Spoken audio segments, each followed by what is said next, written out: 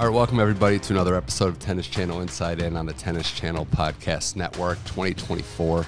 Mitch Michals here hosting the show in the Santa Monica studios. Joined now by a returning guest. It's been a few years. I had to check my memory bank, but she recently completed a 15-year career, was a Grand Slam doubles champion, 2 major semifinals, top 10 ranking. Back on the show now as a TC family member, and I see that with the pin on her shirt, but it's CoCo Vandeweghe. CoCo, welcome back to the show. Yes, the TC family makes sure that the pin is there and present. I have to remember to bring it each and every day, so that's probably the hardest part of the job. It's like a blood oath, I think. If you don't bring the pin, it's bad things can happen. But I'm really pumped to talk to you.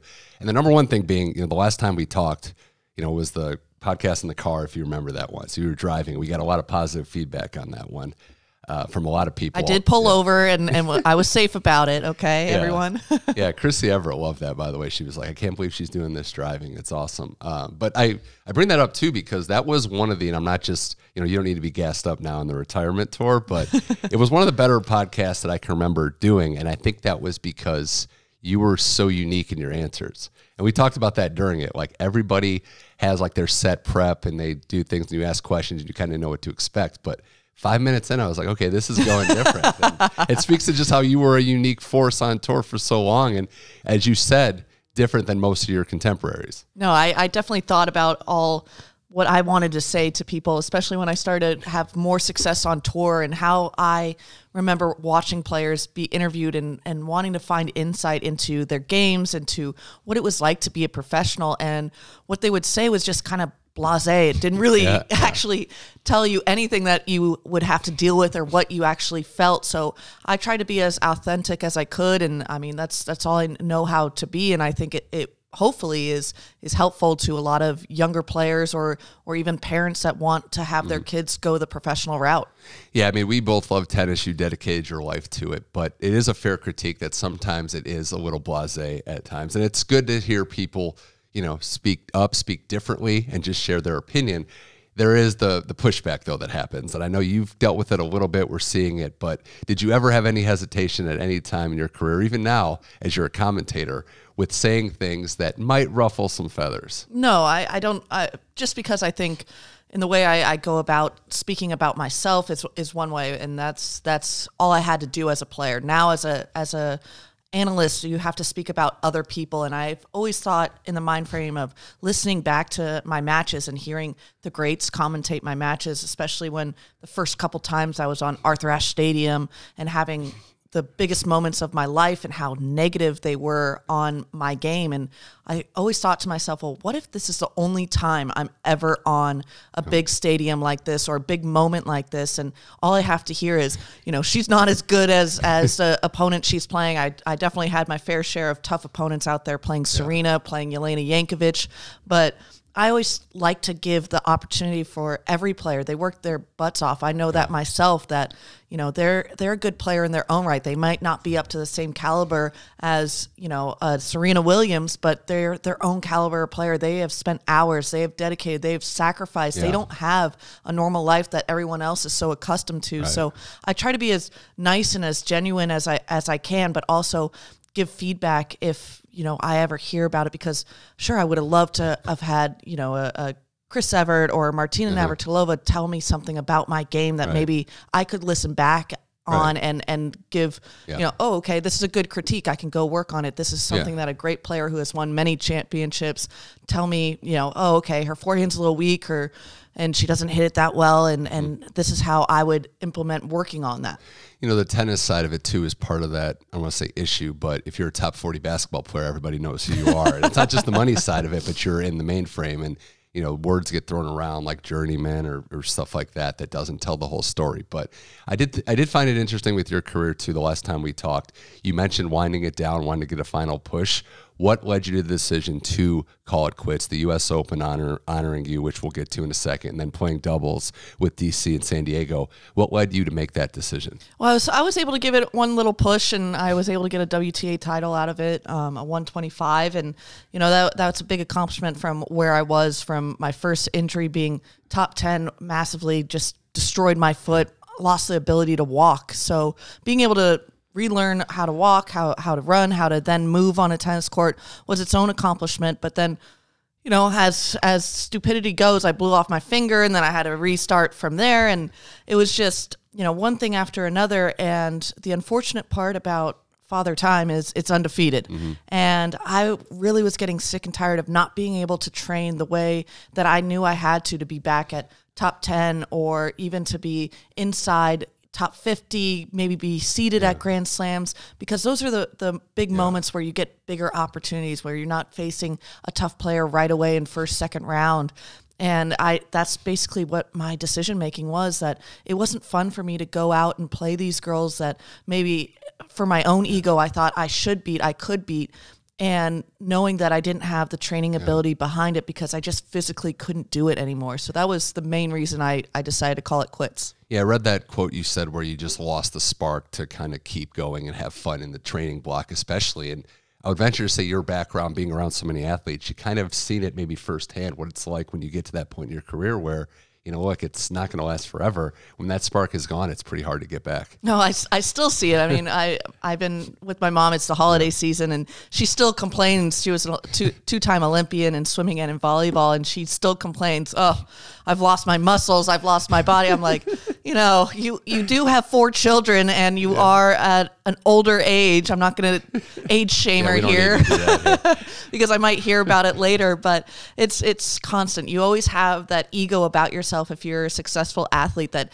of what you once were, of what you were as a 20-year-old, as at your peak, and what you were able to accomplish, not only on the court or in the gym, but just kind of the physical attributes you have and are so successful at. Yeah, you used the word content to describe your career. I thought that was perfect, and it's a good way to sum up an athletic career because nobody is perfect. Like, there's always matches that could have been one more to do, but content is I put the work in. I had a 15-year career. There were some highs, some lows, but I gave it my all, and that's the best I could ask for. Oh, definitely. I mean, I was able to do things that were only in my dreams. I was able to represent my country, and that was the biggest moment in my career. And the only thing I really wanted to do as an athlete before I even picked up tennis was I wanted to be an Olympian, and that's was my biggest dream and biggest goal in my life. And I was able to compete in the Rio Olympics, and then eventually win Billie Jean King Cup for my country, going undefeated for the year, and also helping them get into the finals the following year, going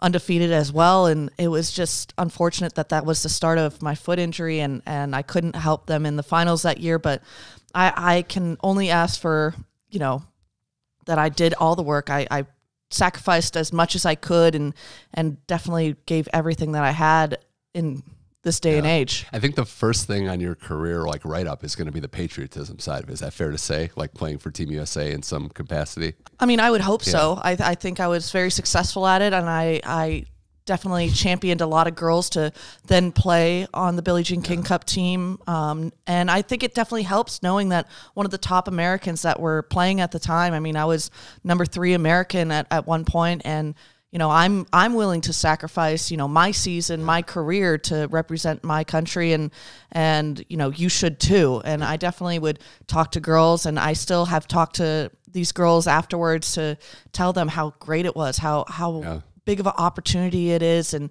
it's the most stressful moments of your career, but it's also the most fun. I mean, Allie Risk and I still talk about, winning the first tie against Germany in Hawaii, and I'm standing on the table, a couple drinks in, and I'm just like, this is what top 20 looks like. And just, all these stupid things that we end up doing, and just creating bonds and friendships that just last forever. Tough to get those real home and away moments in tennis too, and the camaraderie that comes with that, and the next generation of American girls. I mean, you've seen it, like the next wave coming up. We've already saw another CoCo win the U.S. Open. There's other players coming up, and that's kind of the progression that we see. Your generation, your era, still doing well, but there's another crop of girls coming right behind them. Oh, it's constant. It's never ending. I mean, there's always someone chasing your tail out there, and it's great to see these young girls. I've been able to spend a bit of time with Caroline Dolehide. She stayed at my place a couple times, and seeing her progress. I've played doubles with a couple of the younger girls, Katie McNally, and just trying to get a vibe on them and get a beat on them, because I always wanted that when I first came out on tour, to have someone from the older generation come down and be like, okay, this is how things are handled. This is, who you need to know, who you need to be nice to, especially. And I never got that. I didn't really receive that. I I only had the great opportunity of practicing with Lindsay a couple times. She tried to help me a bit, but I just wasn't quite at her caliber quickly enough to stay with it, because she kind of went away towards the beginning part of my career, went into retirement, and had a very successful family life. Yeah, just one thing, Dolheid's moment was great to see, right? Having that run at Guadalajara last year where you were on site. But yeah, and who knows, it's probably not the end of your run with maybe working with the Billie Jean King Cup. I think you're going to have a nice post-career, and you might be kind of on the other side of that, helping some of the development. Hopefully I'll get a shot. I know Lindsay's going to do a great job championing these girls, because it was also a big moment for her to be able to get the BJK King Cup job and as captain, and I know it was such a big deal for her, and I've known her family for forever. My mom played beach volleyball with her mom, and Winky, her dad, was always a ref, and so our families have definitely been intertwined in many ways. And I just remember hearing her talk about playing for her country and what it meant, and her winning the gold medal, and how momentous it was. It was great, and hopefully I'll get a shot once Lindsay says, okay, I've had enough of dealing with all these girls, and hopefully I'll be able to take Team USA in a different way to the Billie Jean King Cup. Yeah, there's plenty of time left in your post-career, which is just starting. But I have to ask, the U.S. Open, you had you retired, officially there, played the other tournament. But what was that celebration like, being honored there? And I know I've talked to Shelby, and I've talked to a colleague, Jan Michael Gamble. They said it was fun, but they won't give me any details.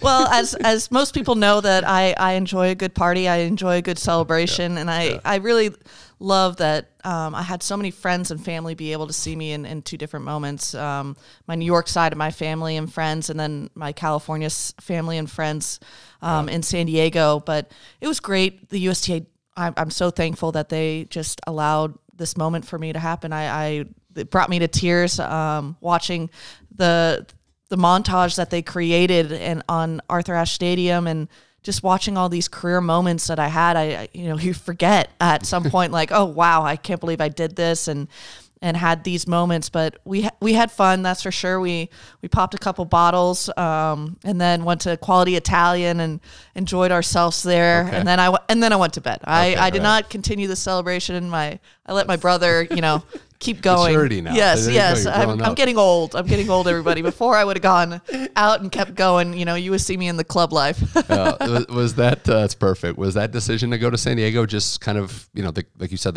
another opportunity, retiring in front of the California friends in a place where it was basically home for you for so long? Oh, absolutely. And I'm so lucky that San Diego tournament fell at the end of the year, and I was able to have the people that couldn't go to New York and watch me play there. Unfortunately, I would have loved to have played singles, but the tournament director had other ideas, so DC stepped up to the call, and we played doubles because we were supposed to play at the U.S. Open, but we weren't sure we were going to get in, and so we made up for it. Got to the finals, and definitely had more of a celebration. That one I stayed up for. I did not go to sleep. Okay. Yeah, playing with DC, it seemed like it was a poetic ending. It just kind of felt right. You playing with her as your last match. It was funny because, we weren't that close going into even U.S. Open or San Diego, but I gave a lot of the American girls a phone call saying, this is going to be my last year, and, I want to just let you guys know. And DC was one of those phone calls, and honestly, it wasn't even about the tennis. We were just having fun getting to know each other. And I was her practice partner for the week. And I was like, DC, I'm retired. You don't have to move me side to side. 2 cross, 1 line. I don't need to do this anymore. I'll just stand in a corner. We'll do 2-on-1s. But she's a trip, and we had a blast, and just more the sideline commentary. If we were mic'd up, it would have been, for sure cancellation. We were talking too much crap about our opponents. I don't think we could have aired it, but maybe somewhere. More with CoCo Vandeweghe here on Tennis Channel Inside In. Now you've kind of transitioned seamlessly to the broadcast career. I know you did some stuff while you were playing, but was it always in the back of your mind that a career in commentary could be good? Because it seems like a natural fit given how outspoken you are. Well, it's weird. I mean, the end of your career happens, and then you very quickly you are bored. And there's only so much golf I could play, and I was thinking to myself, what am I going to do afterwards? And as my career was winding down, I had the opportunity to try it a couple times. It was on radio, but able to just kind of get my feet wet and see if I even liked it. Because who knows, we never get these opportunities to be able to be on the mic and have a different kind of thinking pattern. You know, I'm not watching this tennis match to see how I would play this person. I'm watching this tennis match to be able to dissect for maybe how they're constructing a point, how they're constructing, you know, throughout the whole match, you know, game plan A, game plan B, that sort of thing. Not so much as how I played was the ball's on my racket. This is how I'm going to implement my game style onto you, and you better figure it out. So I wanted to see, first of all, if I enjoyed it. Second of all, if I was any good at it. And I'm not going to toot my own horn, that's for sure. That's just a recipe for disaster. But I seem to be getting some good feedback and, you know, learning as I go. I still stumble over my words, and everyone here at the Tennis Channel family has been absolutely fantastic to work with and very helpful. And, you know, I've been getting the definite, you know, tricks of the trade sometimes, but they're still keeping secrets from me. You know, I can't steal all Steve Wiseman's, you know, tricks. Otherwise he'd be out of the job. I just kick him out of that middle chair. Yeah, you got to slowly, it's got to be a slow burn. But call matches with Chanda, I think Chanda Rubin has gone pretty well. Having your personality showcased, but also there's a constant, you know, push-pull with being an expert level, having played it, but also being able to relate it to people that are diehard fans but don't have that expert knowledge. And it's what really, in my opinion, separates the greats from the good. Well, that's always what I wanted to hear from commentators, like I was touching on earlier, is just, okay, what are these girls doing or guys doing that, you know, makes them so good? Why are their shots coming off the way that they are? And I try to, you know, describe that as much as possible, because, you know, being a bigger hitter, I definitely have an idea of how I did it and how they move on court, how they definitely move their positions and angles and what their serve patterns are. And I'm very fortunate that I've played against most of these top players and definitely have my own thoughts of, okay, this pattern, I always remember, you know, like last night, Karolina Pliskova, she loves that T serve, and you just have to bank on it. I mean, if you're not just leaning that way, it's going to curl away from you. It's too fast to catch up. And, you know, just knowing that I have that knowledge, because I've seen that serve go by me plenty of times, it's just, I think, helpful. And being able to tell parents, okay, you know, if you have kids, make them play doubles and things like that, because I found that so helpful for my own game and my own maturity in my tennis. And hopefully, you know, it keeps progressing and people still enjoy listening to my voice. Yeah, so far so good. You don't want to toot your own horn too much. But yes. When you went down to Mexico with Steve for that lovely Cancun vacation with just perfect weather, did you enjoy the aspect of getting to interview the top players? Because you're there for the finals, and these are the very best in the game, players you know, but being on the other side of those desk interviews, what was that experience like? It was actually nerve-wracking. I had a really... I'd never had that experience before. I mean, talking about tennis is easy for me because I've played it, I've done it, but to have questions that I think are interesting and what I would think people at home find interesting is two different things. But hopefully I definitely got some good feedback from the girls, and they loved coming back and talking with Steve and I, and I just wanted to, because I know silly questions that I got asked. I was like, man, I mean, this is like the dumbest thing I've ever heard. And it has no bearing on actually like how I won the match. So I try to keep it in that mind frame of like, okay, I'm not asking, you know, the boring question of like, okay, you know, you're looking good out there. Like, why was it good? And I always thought those questions are just kind of like, you know, that doesn't help people, especially when English is their second language, is to, you know, feed them into like where you want the answer to go. And so it definitely, luckily, you know, I got a couple tries at it. So I definitely evened out my questions and made it more fun, made it more personable, because so many of those girls have great personalities and it's just getting it out. And, you know, they're comfortable with me. They see me talk enough, you know, around the tour that they can go back and forth with a bit of banter if they're comfortable enough. Yeah, it helps that they know you. You're in that sweet spot. I think it was when Opelka was here doing broadcasting, he said this is like the sweet spot when you're still playing or recently removed. They know you, everybody kind of understands you, and their guard goes down. I think we saw that with some of those interviews. Oh, definitely. I mean, even for myself, when I was a player, I knew the people that I didn't really particularly enjoy talking to or didn't trust to be able to, you know, help me if I stumbled around, because when you're playing tennis, it's so focused on the high level of intensity that you have. And sometimes to take that down and tone it down is really hard, especially when you're trying to be relatable or likable, because at the end of the day, everyone wants to be liked. No one wants to be hated out there. And it's tough to explain to people who haven't done it, like, why am I so intense? Why am I so, brash? Why am I, the way I am? And it's like, well, I'm not a crazy person out here, but you have friends out there too, which is the other part of it. Like, if you're looking at one of your matches in isolation, it's like, wow, this is the most intense person I've ever seen. But then you look at the list of friends and it's like, well, obviously there's something likable here. Yes. I mean, you see the crazy Stan Wawrinka match against Baghdadis, and Baghdadis breaking all his rackets. He's one of the nicest guys out there, but if you only got that snippet of him, you're going to think, my gosh, this guy is just a nut. Just the game drives you mental. That's all there is to say. Before we wrap this up, I did want to get, before I forget, your thoughts on, we mentioned it before, about the Billie Jean King Cup.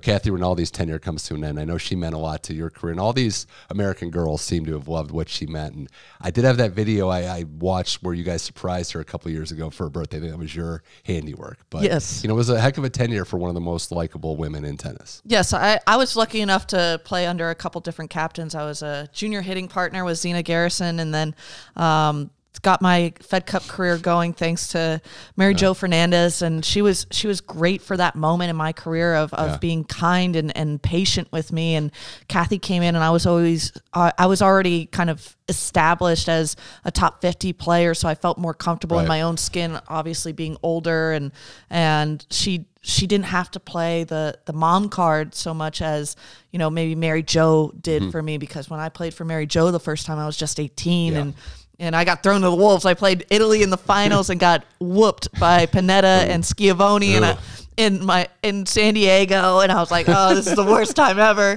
But she kept giving me another chance, and finally I stepped up for Mary Jo, and we re-qualified, beating Australia in Brisbane, and it was really fun. We forced a tequila shot on her, but forced it. We forced it on Christina McHale, and Christina did half because that was our first shot ever, and then Mary Jo cleaned it up for her. That's fair.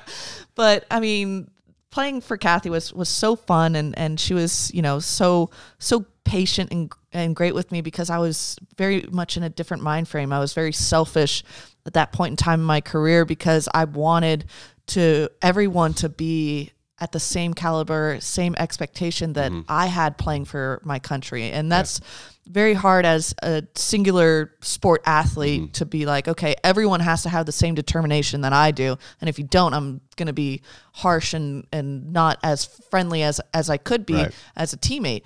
And Kathy helped me with that. I mean, I was lucky enough growing up playing on a lot of teams, so I knew how to be a good teammate, but just kind of calming me down, like, okay, someone's tanking this practice, like it's not going to be the end of the world. And I and also, talking to me, hey, can you practice with Bethany, because Bethany does a lot of different things in practice, because she has to be ready for doubles at that point in time, so that takes a lot more balls at net. You have to do some reflex volleys with her and work on different things. And I didn't mind it. Whereas, if you had someone that liked a particular type of practice, maybe like Lauren Davis, who liked to just rally more balls and play, I was like, yeah, that's fine. I'll take it on the chin and practice with Bethany, which ended up being one of my favorite practice partners.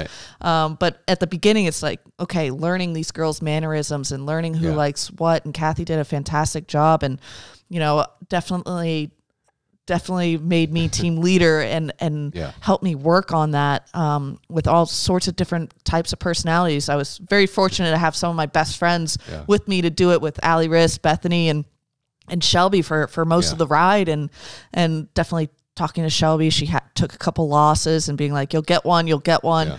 Don't worry about it. Talking with Allie, she was clutch a couple times, came in sick in Belarus, so she did nothing, but was a good cheerleader. And it was so fun to play with all these girls and just winning with my best friends. There's nothing better. Yeah. Shelby also mentioned in Belarus that was not the plan. The doubles tie for everything was just total improv. No, I had no idea who I was playing with. That's the craziest part. So I win my first singles, and Sloane is playing the second singles to clinch it, and she ends up, serving for it.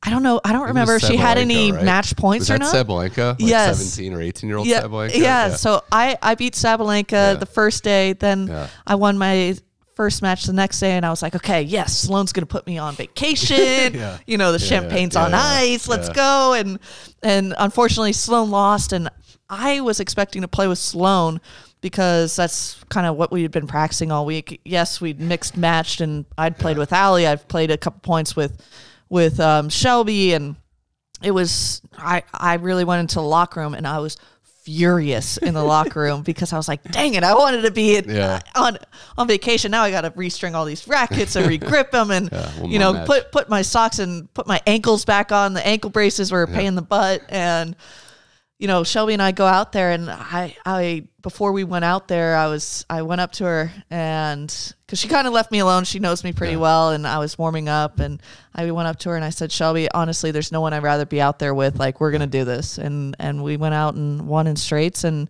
it was a great celebration afterwards. We had Jenny Brady with us celebrating. We were the party car.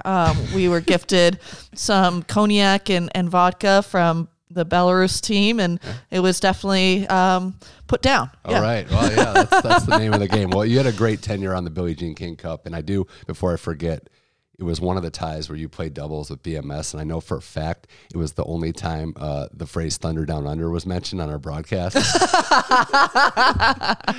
So congrats to that as well. I don't know if it's congrats to for me going and being forced into the Thunder from Down Under, but that was a fun trip for my birthday. But I mean, Bethany was such a leader for me on the doubles court for so many ties and so many events, and she was my doubles partner for the Olympics, and she was definitely a great stepping stone to be able to show me how to lead someone on the doubles court, because for so many years I'd play with so many great doubles players already. I mean, I'd play with Annalena Gronfeld, I played with Martina Hingis, who are established players and established doubles players at that point in time in their careers. So I was a singles player learning how to play doubles, and Bethany, as well as along with those two girls, helped me, teach me where to stand, where to move, how to go, that sort of thing. It definitely helps to skip a couple steps to have someone right there teaching you and telling you. And I mean, there's no one better that can match my energy than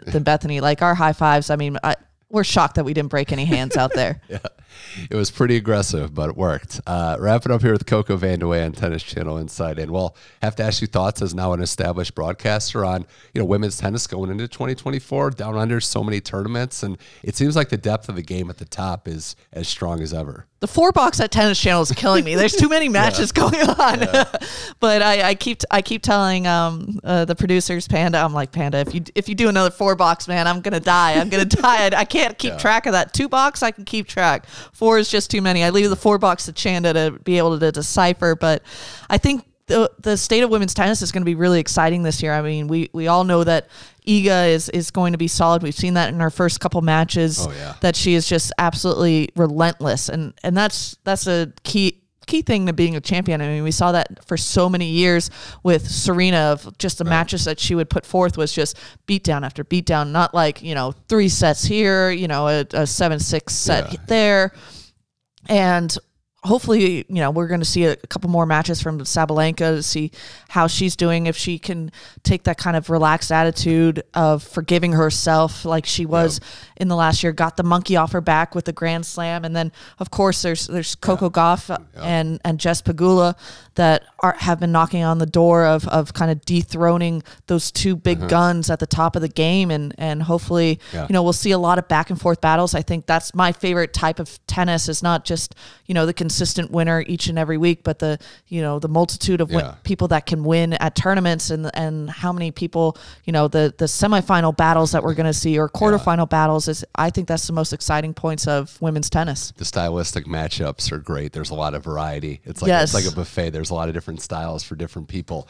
And quickly on Coco, she definitely looks like she put the work in her shortened off season. I was watching her play. It's like, okay, this is someone serious about it. Pegula is right there. I mean, her season last year, as consistent as anyone. Can she make that next step and break through at majors?